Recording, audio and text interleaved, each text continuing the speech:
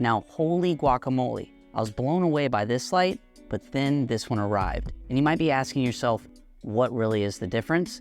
Well, this has RGB capabilities, which if anyone is wondering what that might be, you've got color access. You got Bluetooth, you got color, you got power, and you've got a small, compact light.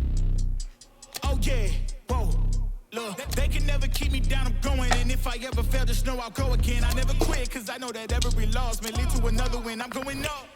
So in today's video, we're not really gonna spend time on the 100X. Instead, we're gonna be talking directly about the X60.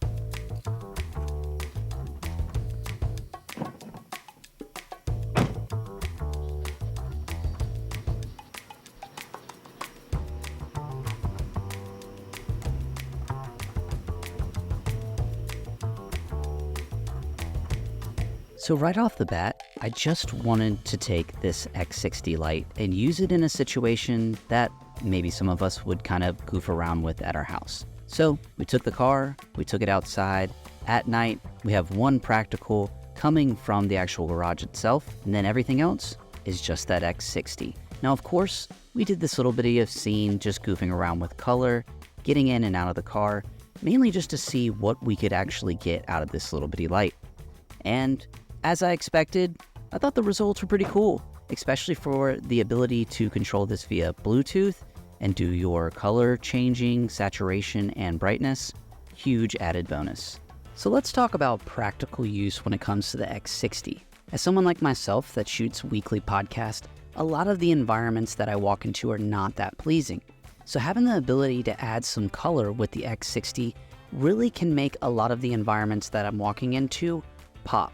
And you guys are seeing examples of where on a weekly podcast, we have that light shining up against the corner, and then you get a taste of what the final result looks like. And rather than just that flat white wall, the blue light really just adds a different element.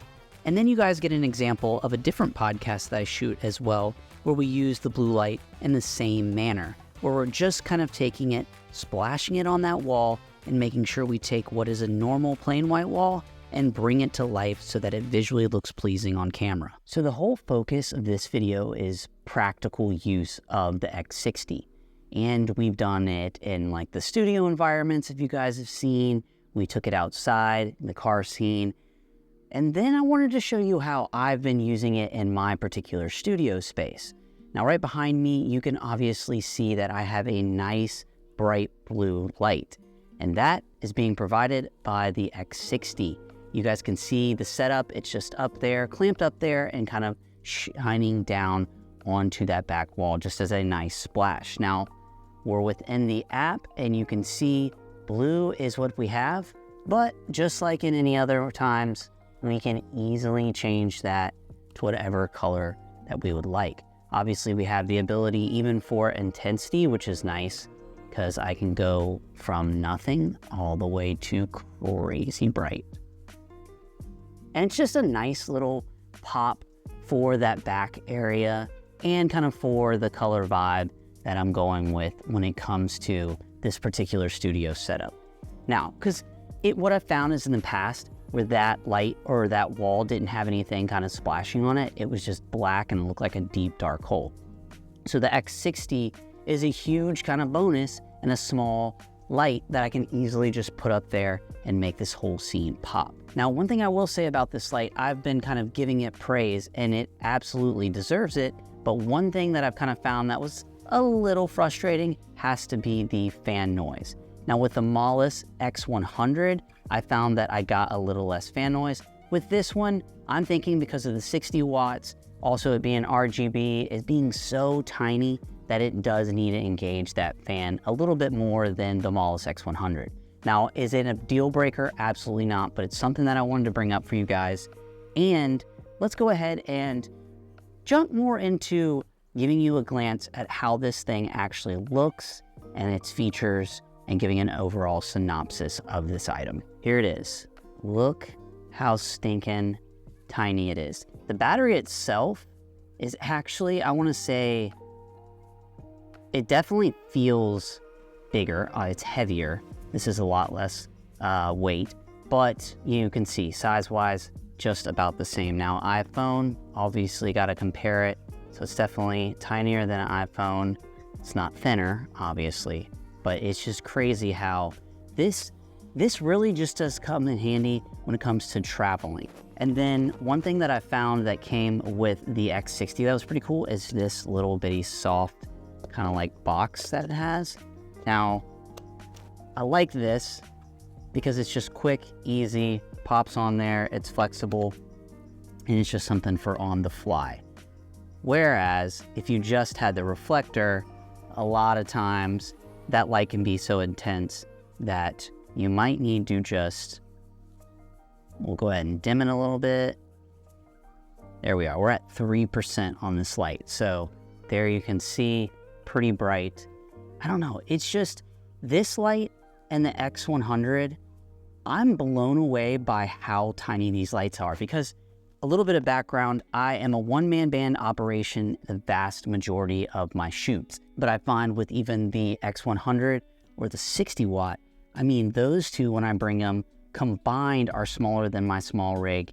They're super tiny, they're battery powered, and you know, if I need to give it AC power, I can do that. And that's what I do find for longer interviews. You will see in some of the videos, I will go ahead and give it wall power. That way I don't have any concern of the battery running out. But if anyone's wondering what battery life is, look, I just say an hour is what I kind of put in my mind, and that is running at like 30%. So that's why a lot of times, while I love the battery feature, I will go ahead and give it wall power or AC power just to go ahead and make sure that a light's not going to cut out in mid-interview. Overall, these lights that they keep releasing they're blowing my mind mainly because they look freaking cool and they're insanely powerful. And on top of that, now they gave us RGB.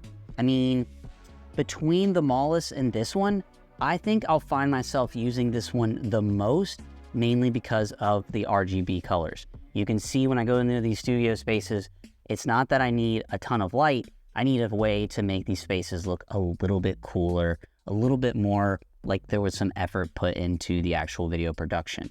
So this light, awesome. And as far as weight, if you're wondering, the battery brings in pretty hefty weight, but I find it, as mentioned, it's just its power, its size, it's not inconvenient to bring. I don't really use the carrying case a lot. A lot of times I actually will just take these out and put it in my travel bag.